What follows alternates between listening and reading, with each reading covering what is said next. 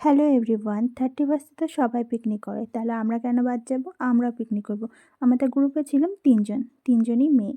তো আমরা ভেবেছি ঠিক আছে আমরা ৩ জন মিলেই পিকনিক করব। তো যা যা সরঞ্জাম লাগে নিয়ে এসছি। আর সকালবেলা নাস্তা করার জন্য আমরা ছেঁড়া পরোটা নিয়ে এসেছিলাম, ৩ জন মিলে খেয়েছি। আর আজকের মেনুটা রেখেছি আমরা বিরিয়ানি।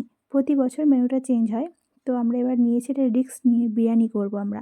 তো সেটাই করলাম। ফার্স্টে মাংস রান্না করলাম, দেন ভাত রান্না করলাম, আলুটা ভেজে নিলাম সেদ্ধ করে। তো সেটা করে এবার আমরা ঠিক করে সাজিয়ে নিলাম। আমরা কিন্তু কারোর হেল্প নেইনি, আমরা ৩ জন মিলেই যতটুকু যা করার করেছি। ট্রাই করেছি, আমরা এর আগে কখনো বিরিয়ানি করিনি বা এতটা রিস্ক নেইনি যে আমাদের এই রান্নাটা খারাপ হয়ে গেলে আর কিছুই করার নেই আজকে।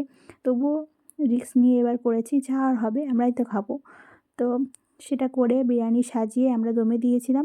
দেন তারপরে ৪০-৫০ মিনিট পরে আমরা খুলে দেখলাম যে না ঠিক আছে, বিরিয়ানি খুব সুন্দর সেন্ট বেরোচ্ছে। আর আমি এখানে সালাদটা সাজিয়ে নিচ্ছিলাম। তোমরা জানিও তোমরা কেমন 31st সেলিব্রেশন করেছো।